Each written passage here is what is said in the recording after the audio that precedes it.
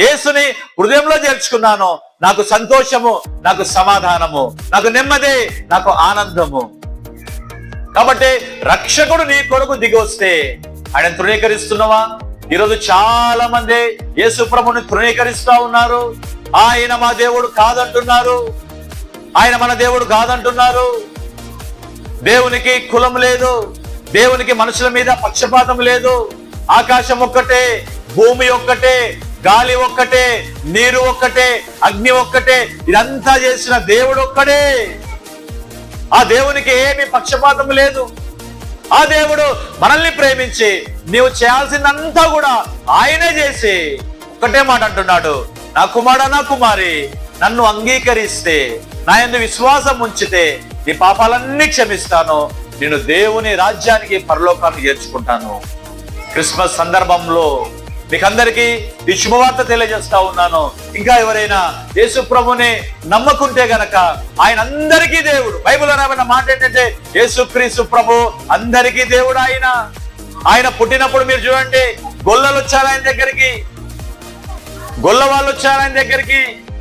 ఆ తర్వాత ఆయన శిష్యులందరూ కూడా బెస్తవాళ్ళు, చేపలు పట్టేవాళ్ళు. యేసు ప్రభు వడ్రంగి వృత్తిలో ఉన్నాడు, విశ్వబ్రాహ్మణుడు. కనుక కులాలు మతాలు మనం పెట్టుకున్నాం కానీ దేవునికి ఎలాంటి పక్షపాతం లేదు. చాలా మంది విధంగా అంటారు, అయ్యో యేసు ప్రభు తెల్ల వాళ్ళ దేవుడు కదా, అమెరికా వాళ్ళ దేవుడు కదా అంటారు. వాస్తవానికి అమెరికా అనే దేశము 18వ శతాబ్దంలో క్రిస్టోఫర్ కొలంబస్ అనే వ్యక్తి అమెరికా అనే ఒక దేశాన్ని కనుగొన్నాడు. యేసు ప్రభు పుట్టిన 1800 ఏళ్ల తర్వాత అమెరికా వచ్చింది. అమెరికాకి యేసు ప్రభుకు సంబంధం లేదు. యేసు ప్రభు ఎక్కడ పుట్టాడు తెలుసా? యెరూషలేము బెత్లెహేములో, ప్రపంచం నడిబొడ్డు, ప్రపంచం మధ్యలో ఆయన పుట్టాడు. కారణం ఏంటి తెలుసా? అప్పటికే ఆయన అమెరికా వాళ్ళ దేవుడు, ఆయన తెల్లవాళ్ళ దేవుడు, మా దేవుడు కాదు అంటున్నారు. కానీ యేసు ప్రభు ప్రపంచం మధ్యలో పుట్టాడు. కారణం ఏంటి తెలుసా? ఆయన అందరికీ ప్రభువు. కనుక ప్రియ సహోదరుడా, సహోదరి, ఇదే రక్షణ దినము, ఇదే అనుకూలమైన సమయము. ఈ సమయం పోతే రేపు నీది కాదు, రేపు నీది కాదు. కనుక యేసునందు విశ్వాసం ఉంచితే నిజంగా ఫిలదెల్ఫియా ప్రార్థన మందిరం ద్వారా, అలాగే మరి ఈ గృహం ద్వారా, మరి దేవమ్మ చిన్నమ్మ గారి ద్వారా, దేవానంద్ వారి కుటుంబం ద్వారా మనందరికీ దేవుడు ఈ రక్షణ సువార్తను వినిపిస్తా ఉన్నాడు. కాబట్టి ఈ క్రిస్మస్ లో మీరు కూడా యేసు ప్రభువును అంగీకరించండి, ఆయన రక్తంలో కడగబడండి. ఆయనను మీ హృదయంలో చేర్చుకుంటే ఎంత ఘోర పాపినైనా ఆయన క్షమిస్తాడు, ఆయన రాజ్యానికి సిద్ధపరుస్తాడు.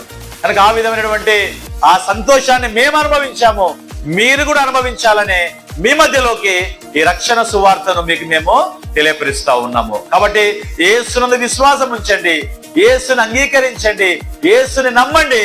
మీ జీవితాల్లో సంతోషము, సమాధానము. ఈ లోకాన్ని విడిచిపెడితే పరలోక రాజ్యము. పరలోక రాజ్యం అంటే బంగారు వీధులు ఉంటాయి, అక్కడ ఆకలి ఉండదు, అక్కడ రోగం ఉండదు, అక్కడ